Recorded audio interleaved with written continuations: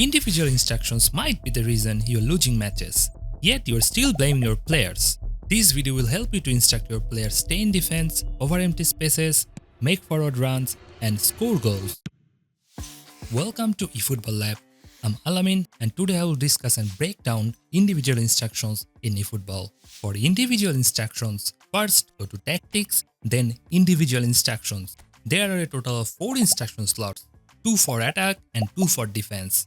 Attack instructions activate when you have the ball, and defense instructions activate when you don't have the ball. Let's start with attack. The first one is defensive instruction. The instructed player will refrain from pushing forward doing attacks. I am playing an attacking fullback at left back.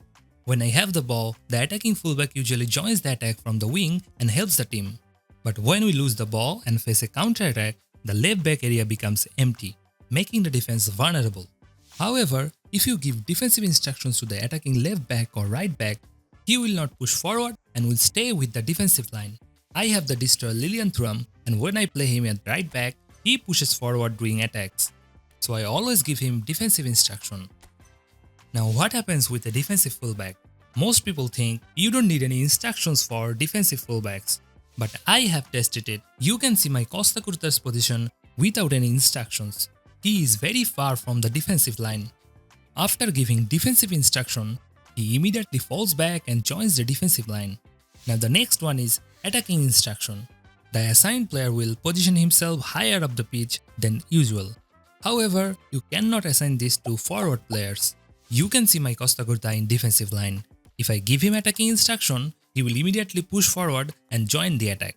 You can assign it to other positions and they will move higher up the pitch. However, I don't recommend this as it leaves your defense vulnerable.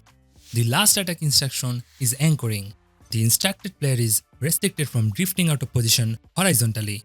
This means your center forward will not move to the wings and your wingers will not move into center. They will stay in their designated position. Now let's talk about defense instructions. The first 2 instructions are deactivated in the game. You have to be in a match to activate and use them. The first one is tight marking. The selected opposition player will be marked more tightly than usual. Depending on your defensive positioning, the selected player will be marked by your center backs, full backs, or even midfielders.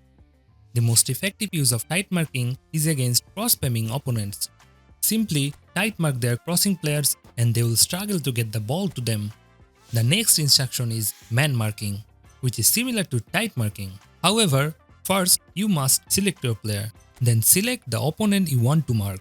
Your selected player will always mark that specific player.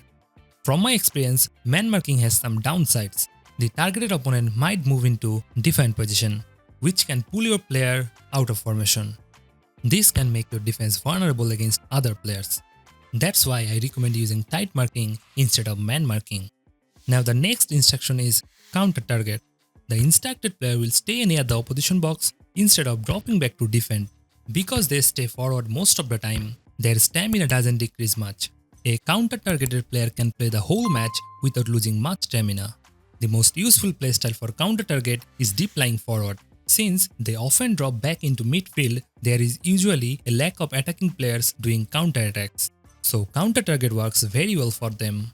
The last one is deep line. The instructed player will drop back into a position that allows them to easily join the defensive line. You cannot assign this to defensive players. And if you are playing with 5 at the back, you cannot use deep line.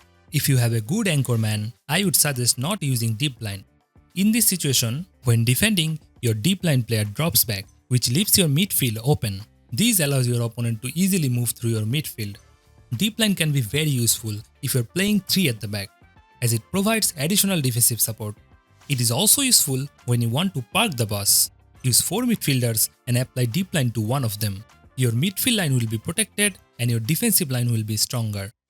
Click here to watch more videos like this.